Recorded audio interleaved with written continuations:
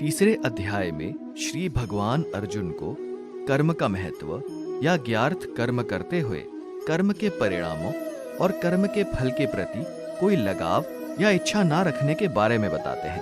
कहते हैं कि आत्मा में ही संतुष्ट रहो और दूसरों के लिए उदाहरण बनो।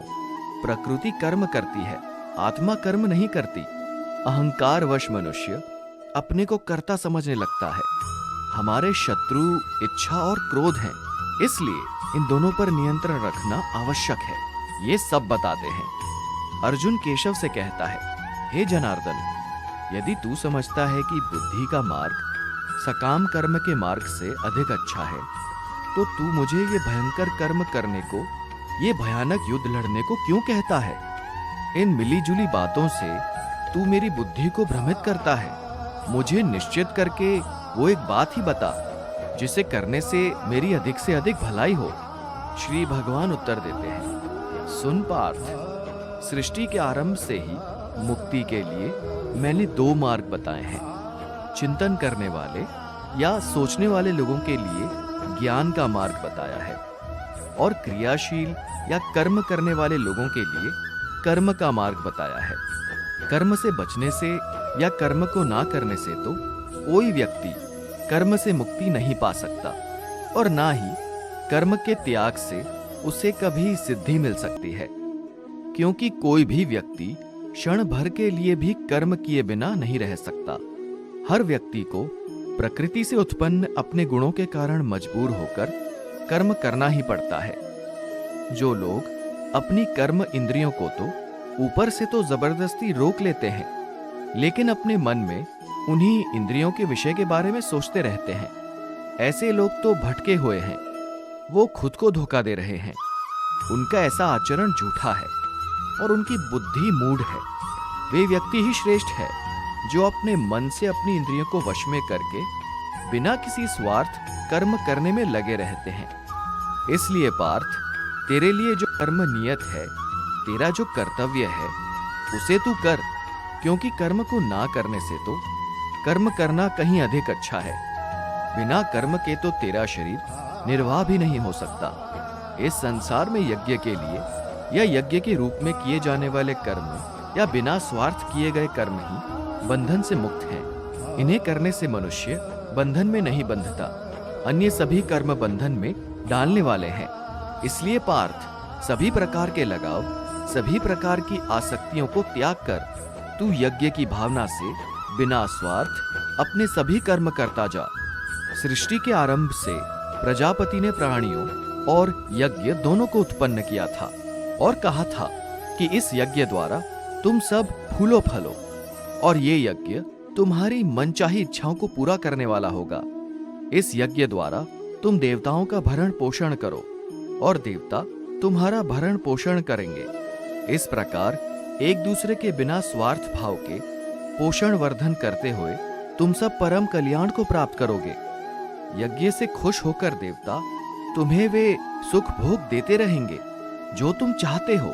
लेकिन जो व्यक्ति इन सुखों को अकेला ही भोगता है और इनमें से देवताओं और दूसरों को नहीं देता, जो लोग यज्ञ से बचे हुए यज्ञ के पवित्र प्रसाद को कहते हैं, वे सब पापों से छूट जाते हैं। लेकिन जो केवल अपने लिए ही भोजन पकाते हैं और उसे अकेले ही खाते हैं, वे तो समझो पाप ही खाते हैं। सभी प्राणी अन्न से उत्पन्न होते हैं।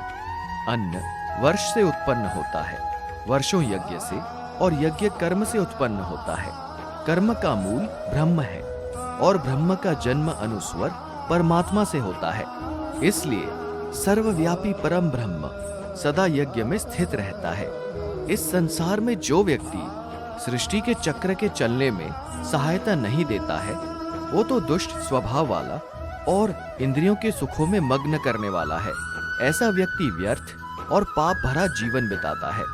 लेकिन जो मनुष्य आत्मा में ही आनंद लेता है, जो आत्मा में ही संतुष्ट है और जो आत्मा से ही तृप्त है, उसके लिए कोई भी ऐसा कर्म नहीं रहता जो करना जरूरी हो।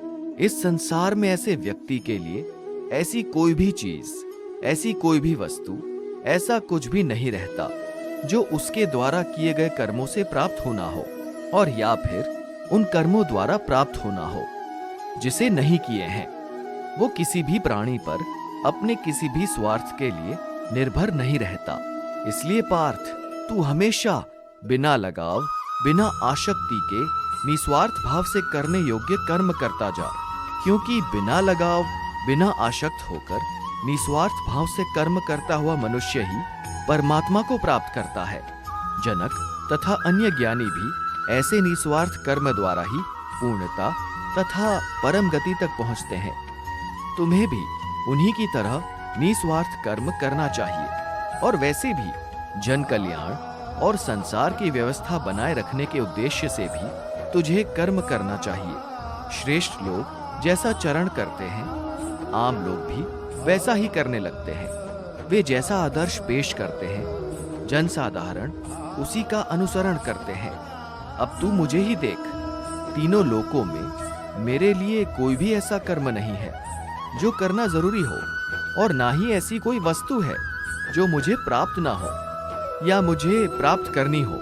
फिर भी मैं कर्म में लगा ही रहता हूं, क्योंकि यदि मैं सावधान होकर कर्म ना करूं और कर्म करना छोड़ दूं, तो क्योंकि लोग सब प्रकार से मेरे ही मार्ग पर चलते हैं, वे सब भी मेरी देखा देखी कर्म करना छोड़ देंगे।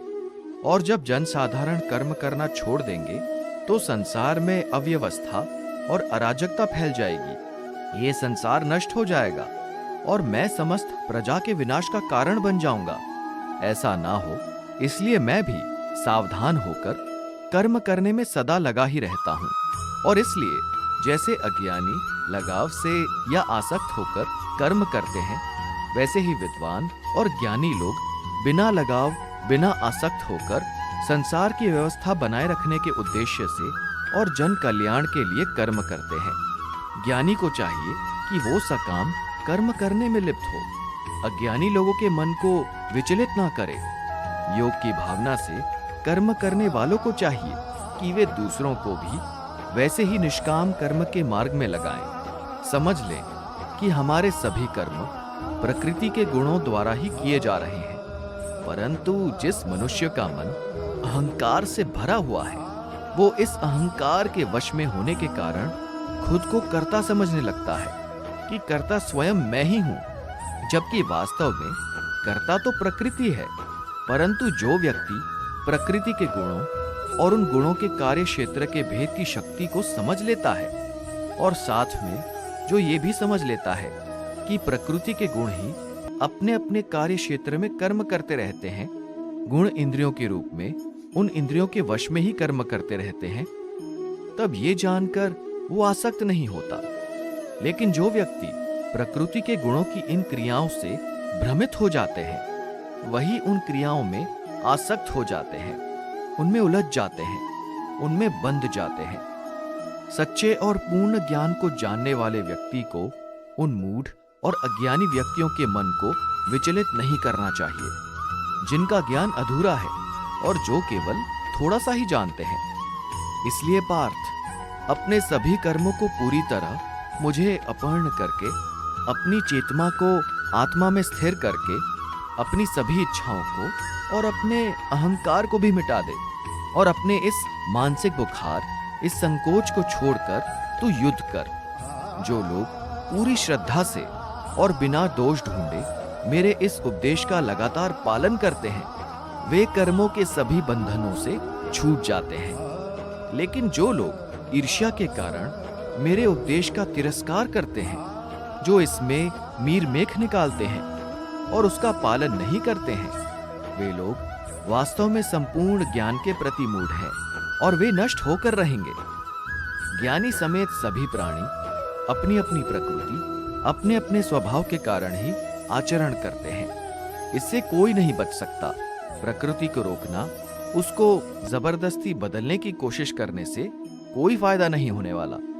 ऐसा करना व्यर्थ है। हर एक इंद्रिय के लिए उस इंद्रिय के विषय में राग द्वेष छुपे हुए हैं।